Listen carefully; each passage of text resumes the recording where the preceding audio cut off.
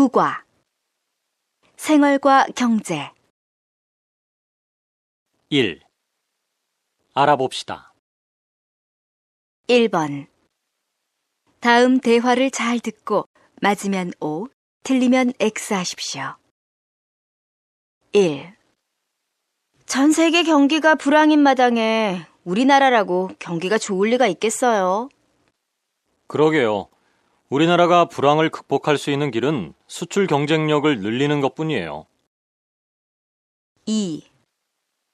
주가가 상한가를 치더니 이제는 떨어질락 말락 하네요. 그럼 주가가 떨어지기 전에 팔아야 하는 거 아니에요? 글쎄요. 조금 더 기다려 봐야겠어요. 주가가 올라갈 수도 있으니까요. 3. 높은 수익률을 내려면 성장 가능성이 있는 중소기업의 주식을 사는 게 좋을까요? 글쎄요.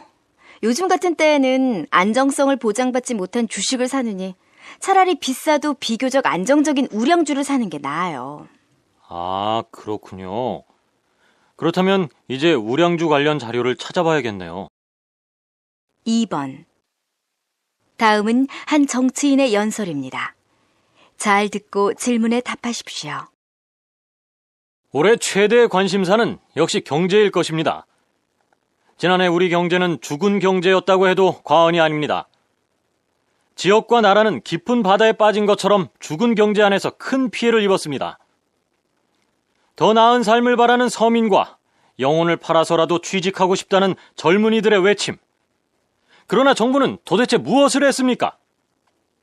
정부 스스로가 성장을 포기하는 마당에 국민이 무엇을 해보겠다는 의욕이 살아날 리가 있습니까? 강대국의 경기 침체에 영향을 받는 취약한 경제구조, 청년 실업과 같은 장기적이고 고질적인 문제, 눈덩이처럼 불어나는 가계부채 등 정부는 이러한 문제에 발벗고 나서야 합니다. 올해는 경제 전반에 활력을 불어넣어야 합니다. 정부는 경제 성장을 위해 열심히 뛰어야 합니다. 경제 선진국으로 도약하기 위하여 우리 경제가 갖고 있는 문제를 분석하고 해결할 수 있는 방안을 마련해야 합니다. 3번. 다음은 재테크 방법에 관한 강연의 일부입니다. 잘 듣고 질문에 답하십시오. 요즘 재테크에 관심이 없는 사람이 없을 정도로 재테크에 대한 관심이 날로 높아지고 있습니다. 재테크 방법은 여러 가지가 있는데 그중에서도 펀드 투자에 관해 말씀을 드리겠습니다. 일반 투자자들이 손쉽게 할 수 있는 투자 방법이 이 펀드 투자인데요.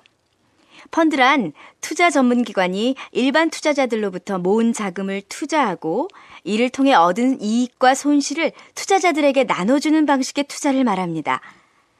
물론 은행의 예금이나 적금과 비교한다면 위험할 수 있습니다.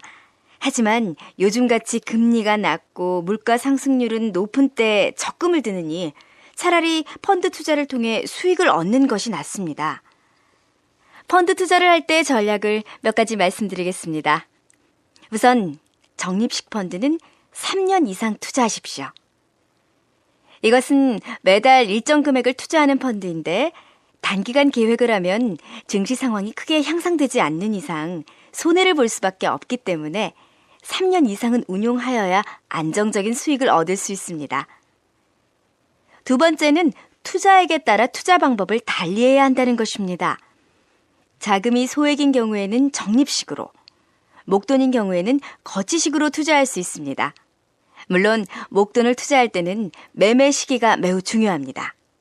또한 분산 투자를 해 손실을 최소화해야 하겠죠. 세 번째는 자신의 투자 성향에 맞는 펀드를 선택해야 합니다. 공격적인 성향의 투자자라면 주식형 펀드의 비율을 높이고 채권형 펀드의 비율을 낮추는 것이 좋습니다. 반대로 안정적인 성향을 가졌다면 주식형 펀드의 비율을 줄이고 안정적인 수익률을 보장하는 채권형 펀드의 비율을 높이는 것이 좋습니다.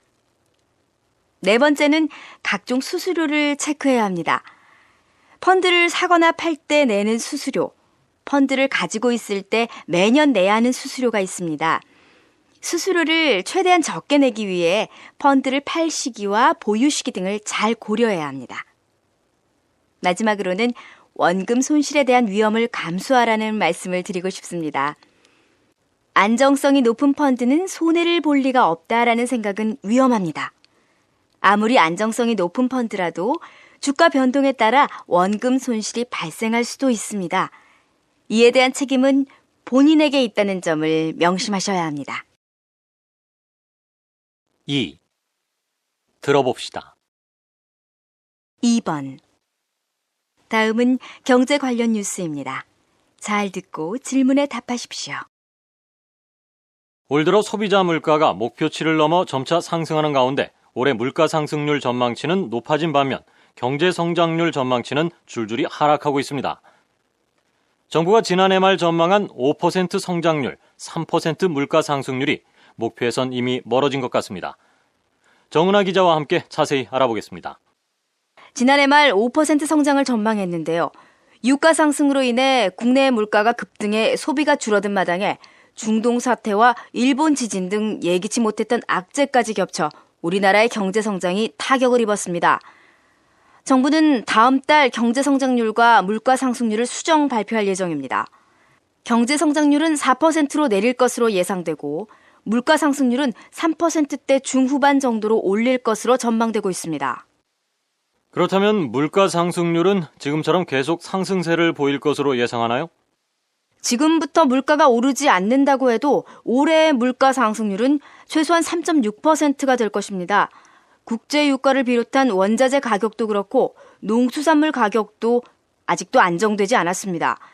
또 하반기에 들어서는 서비스 가격과 식품 가격도 줄줄이 인상될 가능성을 보이고 있습니다. 결국 경제 성장률은 떨어지는데 물가 상승률은 증가하면서 오히려 물가 상승률이 경제 성장률을 앞서는 상황을 보이고 있습니다. 네, 알겠습니다. 그럼 남은 하반기 한국의 경제 성장은 어떨 것으로 예상하십니까?